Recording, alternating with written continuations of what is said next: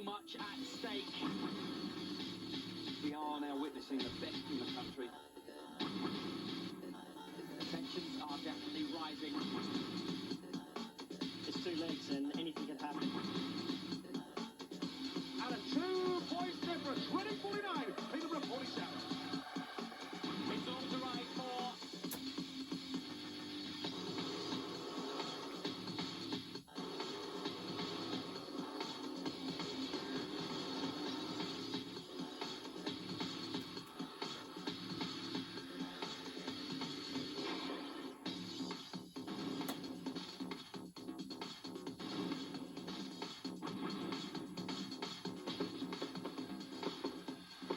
What a finish it should be. It's been the closest season in the history of the Elite League. And tonight, going into the second leg, there's just 2 points separating the two teams. Reading have already won here twice in the league. Can they defy the odds and win the Elite League in their debut season?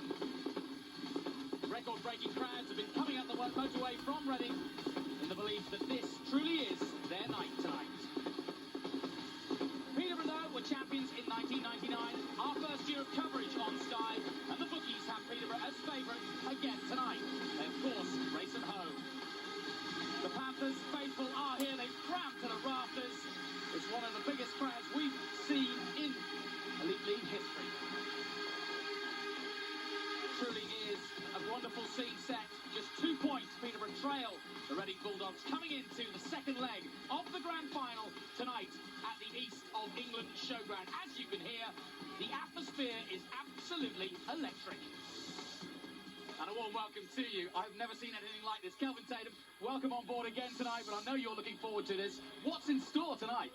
I think we're going to be witnessing a special Speedway meeting, that's for certain, and you've got to give credit to all the fans that have turned out. It is a huge crowd here this evening. They're still queuing to get in the place, and it's just an absolutely fabulous atmosphere. Yeah, and I've never seen queues like it outside. The traffic was going back miles. The Reading fans have come up by buses, and there's plenty of them making plenty of noise too. Yeah, it have. It's really captured the imagination of the public. The Reading fans here to support their side. Just 2 points in it, of course. And, you know, it really is, it's on a knife edge, and you've got to say that, you know, it could go either way. I can understand why this crowd is here tonight. It's been this way all season. You only have to look at the Elite League table and how it finished at the end of the season. They were absolutely dead level on 64 points apiece. First and second, quite rightly, they're both in the grand final. Yeah, they performed brilliantly throughout the season, even with injuries and all the dramas that happened throughout the league campaign. These two teams really have been able to set the tone. Swindon and Coventry did brilliantly also, but you've got to say, overall, the most exciting league season that we've witnessed so far, and these two teams rightly in the final. And even last week, after we're only 50% of the way through the grand final, the action has been superb. A real mixture, look at that. They're mingling with each other, the away and home fans, and I'll tell you what, really creating a cracking atmosphere for the start of this one. I wouldn't want to be a rider in this one. It's going to be very nerve-wracking, isn't it? No, but this is what the riders thought being all about. You know, these are the nights you really look forward to. For the Grand Prix guys, this is the norm sort of thing, the sort of environment they're used to. It's the other guys in the team in the middle order reserves. They won't always be necessarily used to this sort of intensive atmosphere with so many people in the crowd tonight. It'll be interesting to see how the boys handle it. Well, we say it's going to be close tonight. It was certainly close last week, this time in Reading. The top two teams in the Elite League meeting tonight. Big crowd here at the Small League Stadium. Reading Bulldogs against the Peterborough Panthers in the first leg of the grand final. What a ride from the outside for Bjorn Swiderski. This is the top flight. This is Elite League Speedway. Hancock inside the fabulous start.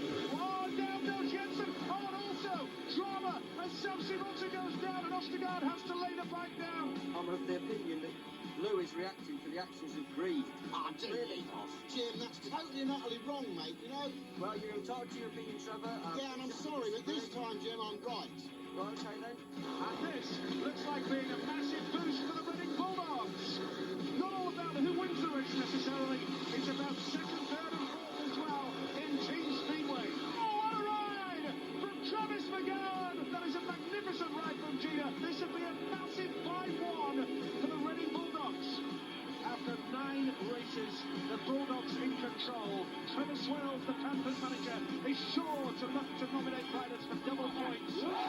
Heat number 11. Can the Panthers get an 8-1 here to really keep the tie alive? Into the last lap we go. Hans Anderson is the race leader. It's down to the checker flag. Oh! That was great Speedway. The gap is 9 points now, and that means that Peterborough can still nominate another rider. Look at that for a start from Ryan Sullivan. Richard Hall goes wide. This is Speedway out of the top draw. Peterborough are battling their way back into this tie. 6 points the difference with 2 races to go. Gina goes wide. He's got him in the dirt. Surely, no, he's not. Sullivan tells the line. Here comes Gina. Through he goes. Every point. All the boys went for it. Greg Hancock, a textbook start from him as he goes wide. Oh, no, for Reading. That is a disaster. Peterborough come round for a 5-1. And the lead to Reading will only take a 2-point advantage going into the final second leg. 5 races ago, Peterborough were 14 points down. 2 points the difference. It's on a knife edge.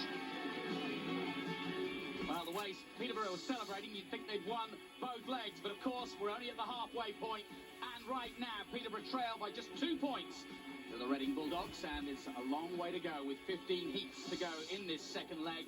Great crowd, really enjoying the atmosphere here. They've had live fans, they've got the air horns going, and really revelling in this last night of the Elite League. Yep. I can't believe how long they've been queuing up, Kelvin. It's been quite incredible. No, it has, and it's terrific to see that, you know, the word's out, isn't it? Yes. You know, Speedway really is beginning to make its presence felt now throughout the media world, and certainly the public tonight really turning out in their droves. But just on reflection to what we saw there about the result last week, got to feel a little bit for Reading. They really did have that meeting under control, and I think the reason that Peterborough celebrated so hard at the end of it was the fact that they really did get themselves out of jail, but they haven't won anything yet. It's halfway, as I say. Exactly, they haven't won anything. They're 2 points back. They look like they're in a good position here at home, but certainly some tough racing ahead tonight. Thanks, Kelvin. Let's get down to the business and take a look at the team, starting with Peterborough.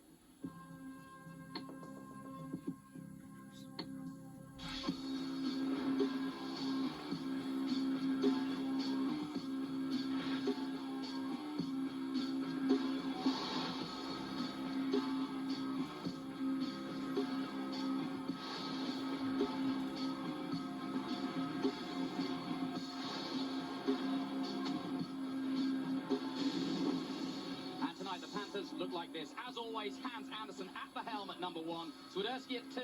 Niels Christian Everson comes back at 3. Ryan Sullivan, Jesper B. Jensen, Richard Hall and Ulrich Østergaard at 7.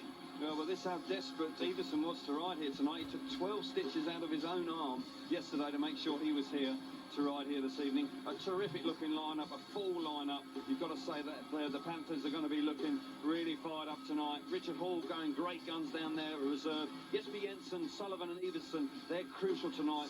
The last time the Bulldogs were here, they beat them because those guys didn't perform. Tonight could be a different story. There is the team huddle, and how important is Everson on a night like tonight? Well, he's plenty of experience, and of course he's a full team member, and of course the teammates there won't want anybody to miss out on such a big night. Yes, and you can see they are psyched up for it. But let's turn to their opposition, the Reading Bulldogs.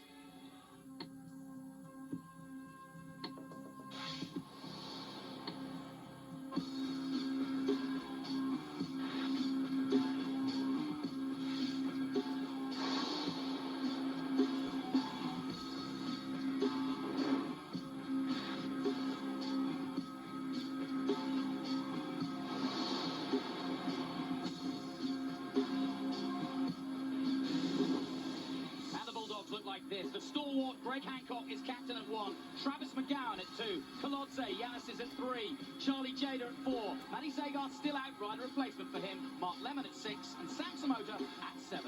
Yeah, well, this team's done remarkably well over the last couple of weeks because they've always had one of their big guns missing. Zagard this time, previously it was Hancock. But big performances from McGowan, Kolodze, Jada, they could just spring a big surprise. And you've got to say they've also won the coin toss here tonight. They're starting out at gates 1 and 3. That could also prove critical, particularly as they're only 2 points ahead this team need to, particularly the Bulldogs, as I'm speaking about, they need to get after a big star here tonight, try and stretch that lead if they can. And tactically, it's important how they've used that rider replacement.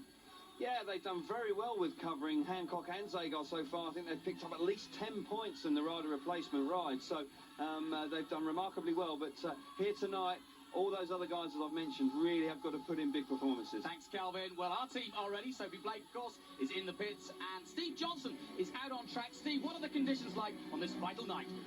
Yeah, the track's looking really good. I mean, when we were here a couple of weeks back when Reading came here and actually won, I said early on when I did the track report that I thought it was way too slick on the inside and they were going to catch themselves out, and it proved right on the night when Reading won. I think here it looks really even all over.